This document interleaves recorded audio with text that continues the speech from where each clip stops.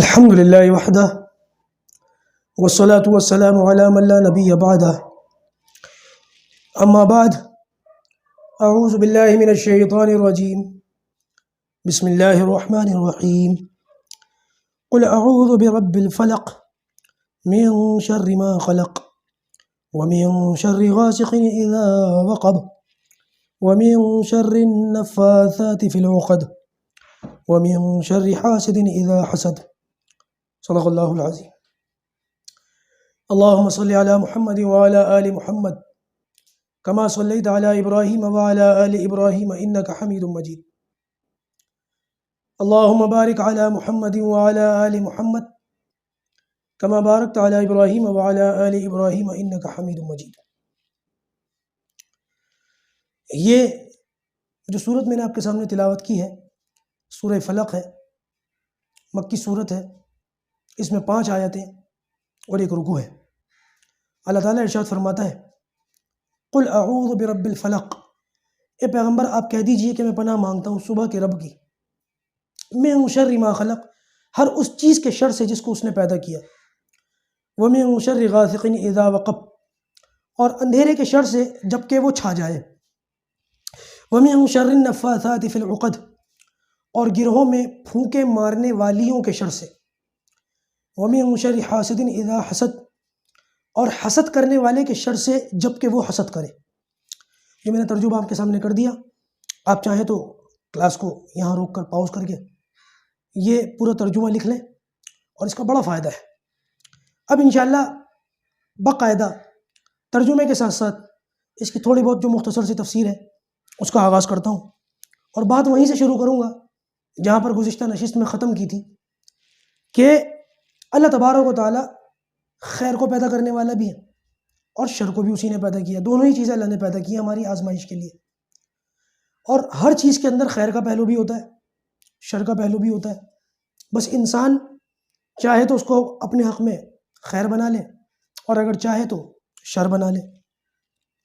تو بہرحال مخلوق کے اندر خیر کا پہلو بھی ہے اور شر کا پہلو بھی ہے، اور مخلوق کے اندر بیماریاں بھی ہیں، صحت بھی ہیں. بہت سی چیزیں ایسی کہ ان میں بیماریاں بھی پائی جاتی ہیں اور اگر دیکھا جائے تو ان میں صحت بھی پائی جاتی ہے. مکھی کی مثال لے لیں.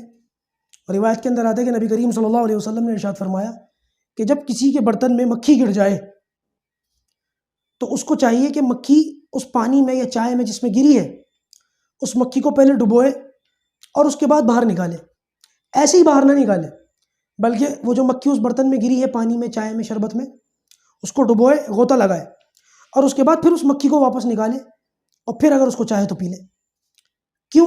اس کی وجہ بھی اللہ کے رسول صلی اللہ علیہ وسلم نے خود بیان فرما دی کہ مکھی کے ایک پر میں وبا ہے اور ایک پر میں شفا ہے. اب ہم کو کیا پتا کہ جب مکھی گری تھی تو اس نے اپنا کون سا پر اس برتن میں ڈالا تھا، بلکہ بعض علماء تو یہ کہتے ہیں کہ جان بوجھ کر مکھی جو ہے اپنا وبا والا پر ہی نیچے گراتی ہے. تو اگر ہم اس کو پورا ڈبو دیں گے تو اس کے ایک پر میں شفا بھی ہے اور ایک پر میں وبا ہے، تو وہ جو پانی یا شربت تھا یا کولڈ ڈرنک تھی یا کچھ بھی تھا وہ چیز برابر ہو جائے گی اور اب وہ پینے کے لائق ہو جائے گی.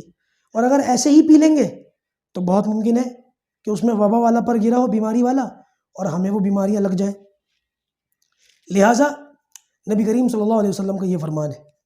لیکن آج کل ٹیکنالوجی کا دور ہے، بلکہ یوں کہوں کہ جدیدیت کا دور ہے تو غلط نہیں ہوگا. بہت سارے لوگ ذرا زیادہ پڑھے لکھے ہیں اور ذرا زیادہ اوور تھنک کریں اور بہت زیادہ سوچتے ہیں اور اپنی رائے پیش کرنے لگ جاتے ہیں اور اپنا دماغ حاضر کرنے لگ جاتے ہیں. ارے بھائی پانی میں مکھی گر جائے تو کیا ضرورت ہے اس کو پھینکنے کی، کیا ضرورت ہے اس کو پینے کی، پھینک دو. یہ کیا بات ہوئی؟ یہ کیا لاجک ہوا کہ پانی میں، شربت میں مکھی کو ڈبو اور پھر نکالو؟ ایسے تو کراہیت آئے گی، ایسے تو عجیب سا لگے گا. تو کیوں نہ مکھی کو نکالنے اور ڈبونے سے بہتر یہ کیوں نہ ہو کہ پانی ہی کو پھینک دو، شربت ہی کو پھینک دو. تو ایک شخص نے مجھ سے جب یہ بات کہی تو میں نے پلٹ کر اس سے یہ کہا کہ پانی اور شربت کی مثال میں تو آپ کو مکھی سے زیادہ اس چیز کو پھینکنے میں ہی عافیت نظر آ رہی ہے. لیکن اگر یہی مکھی آپ کے گھی کے کنستر میں گر جائے یا تیل کے کنستر میں گر جائے تو اس وقت آپ اس پورے کنستر کو پھینکنے کے بجائے مولوی کی بات میں ہی عمل کرنے پر عافیت سمجھیں گے. اور مولوی کی بات کیا، یہ تو اللہ کے رسول صلی اللہ علیہ وسلم کی بات ہے، سارے سچوں میں سب سے بڑے سچے کی بات ہے. تو میری اس بات کو سن کر وہ لاجواب ہو گئے. تو عرض یہ کر رہا تھا کہ جہاں پر اللہ تبارک و تعالیٰ بیماری کو پیدا فرماتا ہے، وہیں پر اللہ تبارک و تعالیٰ صحت اور شفا کو بھی پیدا فرما دیتا ہے. جس علاقے میں جو بیماری ہوتی ہے اسی علاقے میں اس کا علاج بھی ہوتا ہے. جیسے مکھی کی مثال میں نے دی کہ اگر بیماری اس کے ایک پر میں ہے تو اس کے دوسرے پر کے اندر ہی اللہ تعالیٰ نے شفا رکھ دی. اگر ایسا ہوتا کہ اس کے پر میں تو بیماری ہوتی لیکن شفا ہوتی کسی اور مخلوق کے پروں میں یا کسی اور مخلوق کے ہاتھ پیروں میں، اور وہ کسی خاص علاقے میں پایا جاتا، پھر کیا ہوتا، کتنا بڑا مسئلہ ہوتا. اللہ پاک نے یہ آسانی کر دی. حضرت مولانا مفتی تقی عثمانی صاحب شیخ الاسلام اپنا واقعہ خود بتاتے ہیں. کہتے ہیں کہ افریقہ کے کسی علاقے میں ہمارا سفر تھا اور ایک جگہ گاڑیاں رکی تو اس علاقے میں ایک جھاڑی نظر آئی، اور اس جھاڑی پر جب ہم نے ہاتھ رکھا تو ہمیں تو پتہ نہیں تھا یہ کیسی جھاڑیاں ہیں. وہاں کے لوگ جانتے تھے لیکن ہم نے کسی سے پوچھا نہیں. وہ خوبصورت سی تھیں، ان کو دیکھنے کے لیے جب ان پر ہاتھ رکھا تو ایسا لگا جیسے پورے جسم میں زہر پھیل گیا، پورے جسم میں سنسناہٹ اور جھنجھناہٹ سی پیدا ہونے لگی. بڑے پریشان ہوئے کہ کیا کریں. تو وہاں کے مقامی لوگوں نے بتایا کہ یہیں قریب میں ایک اور جھاڑی ہے، آپ اس کو ہاتھ لگاؤ تو یہ جتنا جو جھنجھناہٹ سی ہے اور یہ جسم میں جو وائبریشن سی آ رہی ہے یہ ختم ہو جائے گی، اور جتنا زہر پھیلا ہے وہ سارا ختم ہو جائے گا. تو حضرت فرماتے ہیں کہ ان لوگوں کے بتانے کے مطابق فوراً وہاں موجود دوسری جھاڑی پر جب ہم نے ہاتھ رکھا تو وہ سارا اثر ایک دم سے ختم ہو گیا. تو جس علاقے میں بیماری تھی اسی علاقے میں اللہ پاک نے شفا بھی رکھ دی. اگر ایسا ہوتا کہ افریقہ کے علاقے میں تو وہ بیماری والی جھاڑی ہوتی، لیکن دنیا کے کسی اور ملک میں، کسی اور کنارے پر، کسی اور خطے پر وہ دوسری جھاڑی ملتی، وہاں نہ ملتی، پھر کیا ہوتا، کتنے مشقت ہوتی. اللہ تبارک و تعالیٰ کی یہ ایک بہت بڑی نعمت ہے.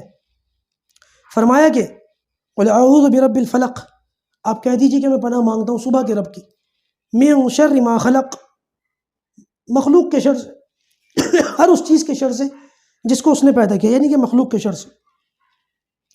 وَمِن شَرِّ غَاسِقٍ إِذَا وَقَبَ، اور اندھیرے کے شر سے جب کہ وہ چھا جائے. اندھیرا یہ بھی بڑی عجیب سی چیز ہے. دیکھیے علماء کی زبان میں اس کو کہتے ہیں تخصیص بعد التعمیم، کہ پہلے کسی چیز کو عام طور سے ذکر کرنا اور پھر اس چیز کا خاص طور سے ذکر کرنا. جب یہ کہا گیا کہ میں مخلوق کے شر سے پناہ مانگتا ہوں تو مخلوق میں تو سب کچھ آ گیا، اندھیرا بھی آ گیا، لیکن پھر اندھیرے کا ذکر الگ سے فرمایا، وَمِن شَرِّ غَاسِقٍ إِذَا وَقَبَ. کیوں؟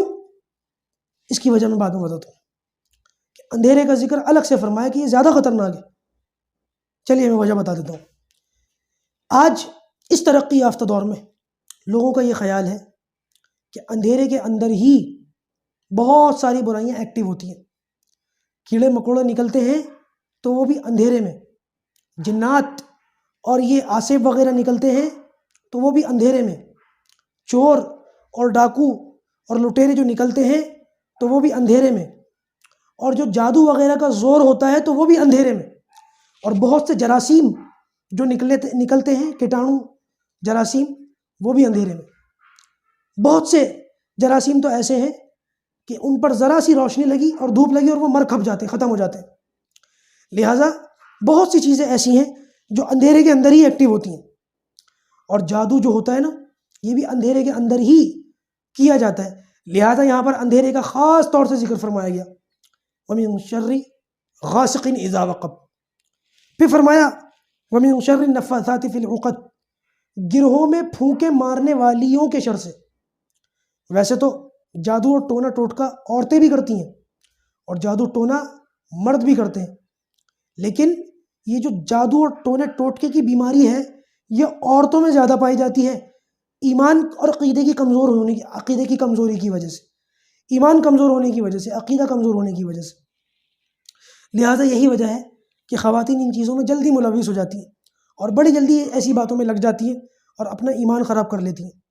آپ لوگ تو شاید اخبار نہیں پڑھتے، میں نے ایک مرتبہ ایک اخبار میں پڑھا تھا کہ ایک عورت کسی سفلی گر اور اس طریقے کے جادو ٹونے ٹوٹکے کرنے والے کے پاس جاتی تھی اور بن ٹھن کر، اور کئی دنوں تک جاتی رہی، بیٹی کو بھی لے جاتی رہی، پیسہ بھی خراب کر دیا، ایمان بھی خراب کر دیا، عزت بھی لوٹ لی، اور صرف اس لیے کہ اس سے کچھ دنیاوی مفاد مل جائے، اور ملا کچھ بھی نہیں۔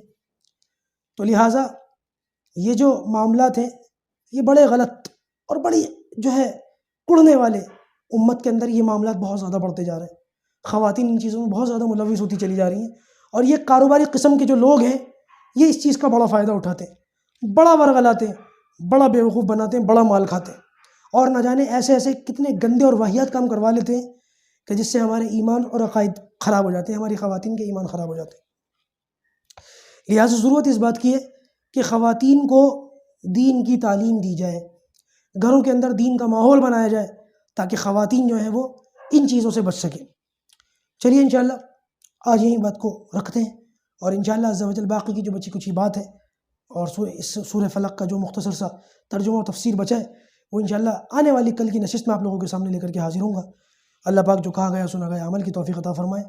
السلام علیکم ورحمۃ اللہ وبرکاتہ۔